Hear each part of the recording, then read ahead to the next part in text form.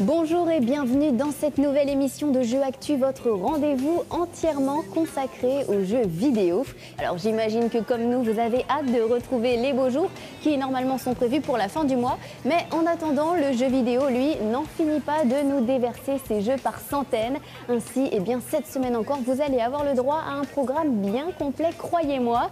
On va d'ailleurs commencer par vous parler de SSX qui fait son grand retour en haute définition. Et on poursuivra avec le test de Mario Party 9 qui fait son grand retour après 5 ans d'absence. Et enfin, on terminera avec le test de Lumines qui débarque sur PlayStation Vita.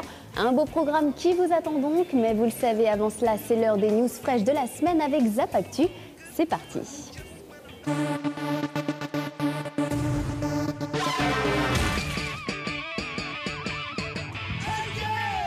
Salut et bienvenue dans Zap Actu, l'essentiel de l'actualité de ces derniers jours. Et voici tout de suite les news les plus croustillantes.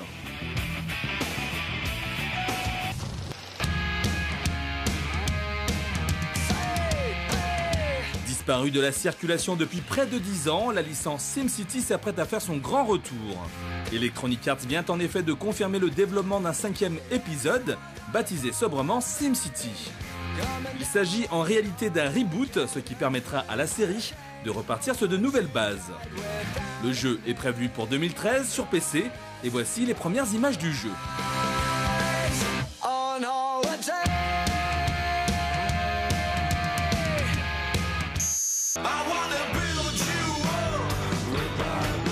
Dans la catégorie des rumeurs à commenter, il y a bien sûr celle du prochain Darkstalkers qui commence à enfler sur le net. Si Capcom attend certainement le prochain Captivate, son événement privé pour faire l'annonce, les bruits de couloir nous annoncent qu'il s'agirait d'un épisode développé avec le moteur de Street Fighter Cross Tekken. Réponse définitive en avril prochain.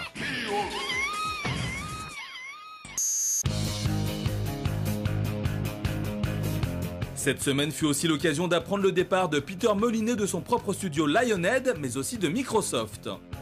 Les raisons de cette démission n'ont pas été rendues publiques, mais on sait que le créateur de Fable travaillera désormais pour le studio 22 Cans, avec lequel il va créer de nouveaux jeux.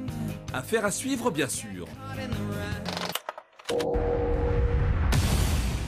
Référence en matière de snowboard virtuel, SSX avait pourtant quitté les pistes depuis l'ère PlayStation 2.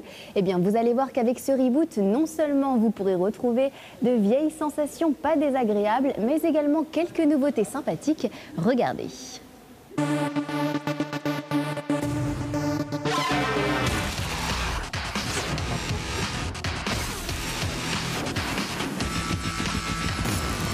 Disparue de la circulation depuis l'époque de la PlayStation 2, la série SSX fait son grand retour en haute définition et débarque pour la première fois sur PlayStation 3 et Xbox 360 dans une nouvelle formule qui fait office de reboot complet. Conservant les bases des anciens épisodes, à savoir un côté très fun et une prise en main assez simple, le jeu d'Electronic Arts demande quand même d'apprendre à maîtriser sa planche. Un apprentissage qui passe par le très complet World Tour, mode central de ce jeu, qui offre plusieurs types de challenges. Pour résumer, ce sera les 9 meilleurs riders du monde. Vous aurez donc le choix entre la course classique avec pour but d'arriver premier, la course The Tricks basée sur les points en réalisant des figures, et enfin les courses survie. Très original, ces dernières vous obligent à franchir la ligne d'arrivée en un seul morceau. Ma board et ma combi ont été conçues spécialement pour encaisser tous les coups qui m'attendent sur les pentes des rocheuses. Il faut donc éviter les crevasses et les autres dangers de la montagne pour ne pas finir sur une civière. Les amateurs de liberté pourront quant à eux se diriger vers le mode exploration, comprenant pas moins de 153 pistes à découvrir librement et qui représente une excellente manière de se perfectionner en voltige. En effet, il est très important de savoir réaliser des figures impressionnantes afin de bénéficier d'un boost très pratique pour distancer ses concurrents ou améliorer son temps. Je commence ma descente pour l'extraction. Au rayon des nouveautés, sachez que SSX permet de participer à des descentes spéciales où il faudra éviter une avalanche en vue de face par exemple, tandis que d'autres épreuves demandent de quitter rapidement les zones d'ombre pour éviter de geler sur place. Des ajouts intéressants qui s'accompagnent d'un système d'expérience bien pratique, permettant d'augmenter vos compétences comme la vitesse et le boost, mais surtout d'acheter des équipements améliorant vos chances de survie. Par exemple, la combinaison thermique vous permet de ne pas mourir de froid alors que l'armure vous protège des chocs. Un programme réjouissant qui souffre quand même de quelques défauts, comme une réalisation assez moyenne, une maniabilité parfois imprécise et surtout un effet rewind qui ne présente aucun intérêt. Pour le reste, c'est que du bonheur.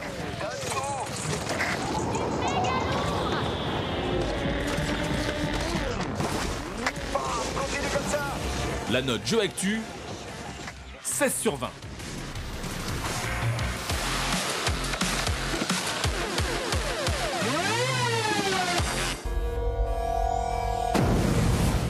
Et bien évidemment, quand on parle de party game, il est impossible de passer à côté de Mario Party qui en est à son 9e épisode aujourd'hui. Il aura néanmoins fallu attendre 5 ans depuis le précédent volet.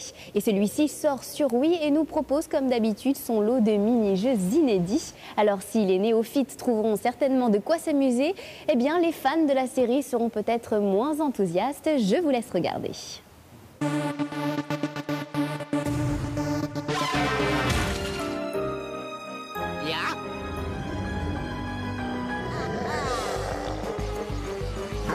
S'il y a bien un genre que Nintendo maîtrise à la perfection, c'est le party game. Et Mario Party 9 est une bonne occasion de réunir Mario et tous ses amis autour d'une tonne de mini-jeux complètement loufoques. La série est en effet de retour sur Wii après 5 ans d'absence, mais malheureusement, vous allez voir que les nouveautés ne sont pas légion. Parmi les nouveaux ajouts de cet épisode, on note la possibilité d'avancer tous en même temps sur le plateau à bord de différents engins. Cela évite aux plus malchanceux de se sentir abandonnés au fin fond de la carte et les parties deviennent surtout beaucoup plus rythmées. En effet, ce système permet de mieux tendre des pièges à ses adversaires juste avant qu'ils ne lancent les dés et l'intervention de Bowser dans la dernière ligne droite est également susceptible de bouleverser le déroulement de la partie. Pour contrebalancer ces retournements de situation de dernière minute, le joueur qui a la main peut dorénavant désigner le mini-jeu de son choix pour augmenter ses chances de victoire, ce qui donne un aspect stratégique à Mario Party 9. C'est parti! Malheureusement, l'inégalité des mini-jeux peut constituer un frein au plaisir des joueurs, d'autant que certaines épreuves sont tellement basiques que le challenge se retrouve beaucoup trop limité. Le système de récompense a lui aussi été simplifié et les joueurs doivent maintenant récolter plusieurs étoiles au cours de la partie afin de grimper sur la plus haute marche du podium. Voilà qui risque de décevoir les fans qui s'efforçaient de récolter un maximum de pièces pour les convertir ensuite en étoiles. Terminé! En termes de gameplay, Mario Party 9 est loin d'être une révolution et la majorité des mini-jeux demanderont de tenir la Wiimote à l'horizontale sans chercher à exploiter le nunchuk. Dommage car il y avait sans doute beaucoup mieux à faire avec les 80 mini-jeux proposés. Si les néophytes seront sans doute séduits par la formule Mario Party, les fans de la première heure auront l'impression que la série a du mal à se renouveler. Après 5 ans d'absence, on s'attendait à un retour beaucoup plus fracassant. La note Jeux Actu, 12 sur 20.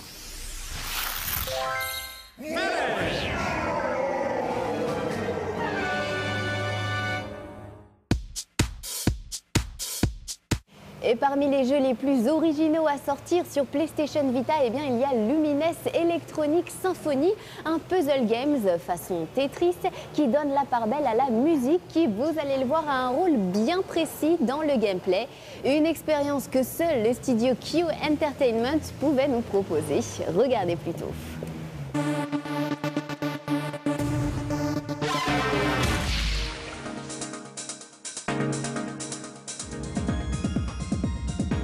Parmi les valeurs sûres de la PS Vita, il y a Lumines Electronic Symphony, qui s'inscrit comme l'un des jeux les plus atypiques du lancement de la console de Sony. Luminous Electronic Symphony. Pour ceux qui n'auraient jamais joué à un jeu Lumines, sachez que le concept demande d'assembler des carrés de même couleur afin de former des blocs qu'un laser vient désintégrer à chacun de ses passages. Le rythme de cette ligne lumineuse varie en fonction du tempo de la musique, tandis que les blocs tombent de plus en plus vite au fur et à mesure que l'on enchaîne les niveaux.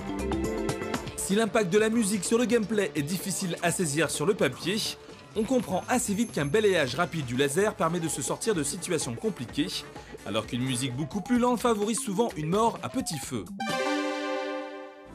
Même le design des blocs peut se montrer piégeux car il change d'un niveau à l'autre, ce qui rappelle que Lumines est aussi un spectacle visuel en plus d'être un excellent jeu de réflexion.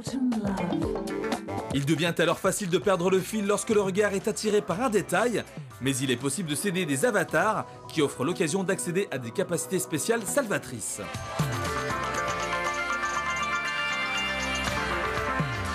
Ces dernières peuvent être activées de deux façons, soit en effaçant les blocs et en multipliant les combos, soit en tapotant sur le pavé tactile arrière de la console pour faire monter la jauge d'avatar. C'est vraiment une affaire de stratégie dans Lumines Electronic Symphony et il est conseillé d'utiliser toute la largeur de la cuve pour remporter un maximum de points. En termes de contenu, Lumines Electronic Symphony ne dispose pas d'un mode en ligne malheureusement, même si le mode bloc monde demande à la communauté de venir à bout d'un bloc gigantesque en 24 heures. Le mode contre-la-montre permet de travailler sa technique alors que le mode voyage permet de débloquer tout un tas d'avatars. Dommage que les développeurs de Q Entertainment n'ont pas davantage soigné cet aspect du jeu, dont le concept reste toujours aussi addictif. La note jeu actu, 15 sur 20.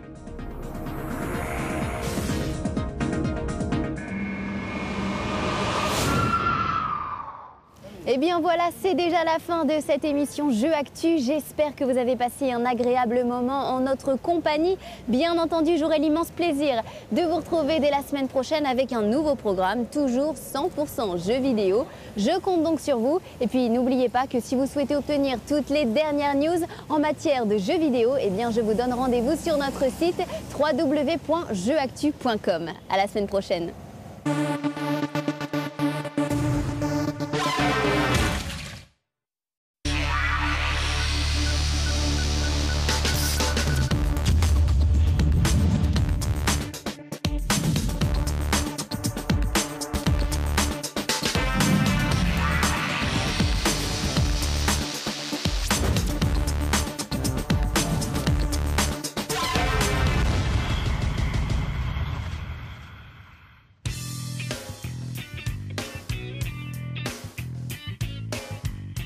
Bonjour et bienvenue dans cette nouvelle émission de Jeux Actu, votre rendez-vous entièrement consacré aux jeux vidéo. Alors j'imagine que comme nous, vous avez hâte de retrouver les beaux jours qui normalement sont prévus pour la fin du mois. Mais en attendant, le jeu vidéo, lui, n'en finit pas de nous déverser ses jeux par centaines. Ainsi, eh bien, cette semaine encore, vous allez avoir le droit à un programme bien complet, croyez-moi. On va d'ailleurs commencer par vous parler de SSX qui fait son grand retour en haute définition. Et on poursuivra avec le test de Mario Party 9 qui fait son grand retour après 5 ans d'absence. Et enfin, on terminera avec le test de Lumines qui débarque sur PlayStation Vita. Un beau programme qui vous attend donc, mais vous le savez, avant cela, c'est l'heure des news fraîches de la semaine avec Zap Actu. C'est parti.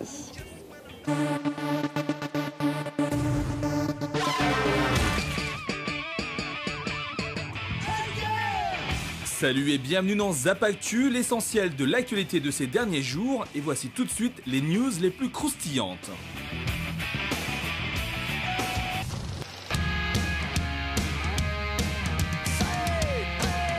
Disparue de la circulation depuis près de 10 ans, la licence SimCity s'apprête à faire son grand retour. Electronic Arts vient en effet de confirmer le développement d'un 5e épisode, baptisé sobrement SimCity. Il s'agit en réalité d'un reboot, ce qui permettra à la série de repartir sur de nouvelles bases. Le jeu est prévu pour 2013 sur PC, et voici les premières images du jeu.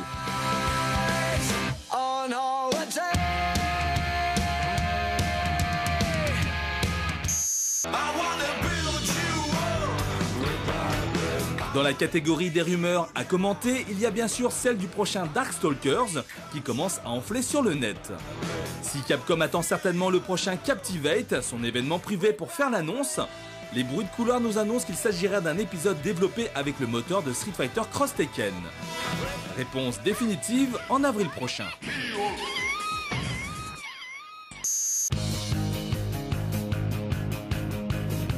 Cette semaine fut aussi l'occasion d'apprendre le départ de Peter Molyneux de son propre studio Lionhead, mais aussi de Microsoft. Les raisons de cette démission n'ont pas été rendues publiques, mais on sait que le créateur de Fable travaillera désormais pour le studio 22 Cans, avec lequel il va créer de nouveaux jeux. Affaire à suivre bien sûr. Référence en matière de snowboard virtuel, SSX avait pourtant quitté les pistes depuis l'ère PlayStation 2. Eh bien, vous allez voir qu'avec ce reboot, non seulement vous pourrez retrouver de vieilles sensations pas désagréables, mais également quelques nouveautés sympathiques. Regardez.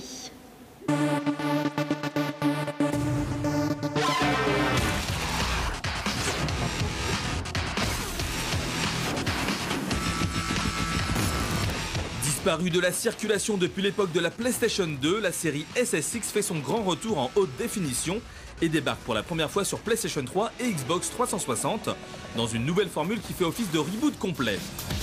Conservant les bases des anciens épisodes, à savoir un côté très fun et une prise en main assez simple, le jeu d'Electronic Arts demande quand même d'apprendre à maîtriser sa planche.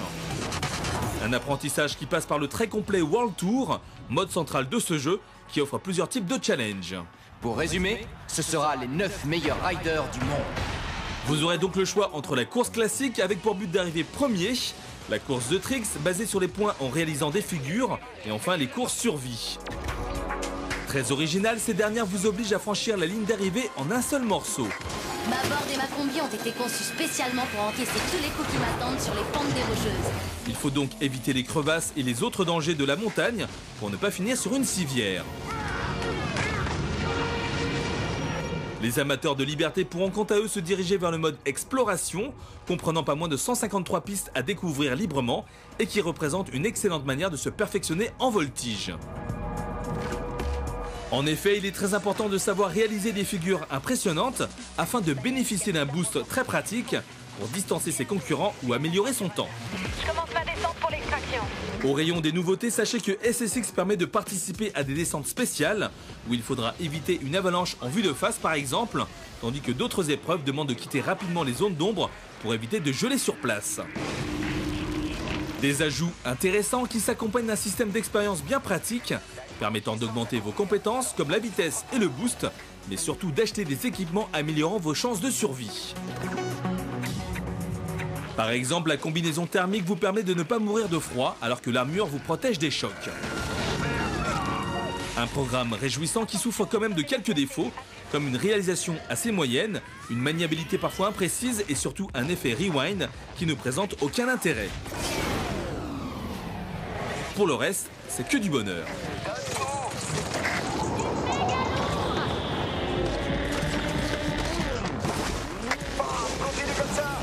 La note Jeux Actu, 16 sur 20.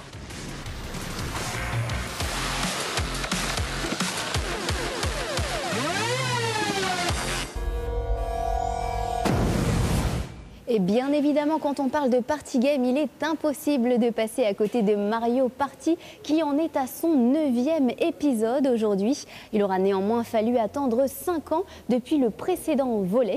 Et celui-ci sort sur Wii et nous propose comme d'habitude son lot de mini-jeux inédits. Alors si les néophytes trouveront certainement de quoi s'amuser, eh bien les fans de la série seront peut-être moins enthousiastes. Je vous laisse regarder.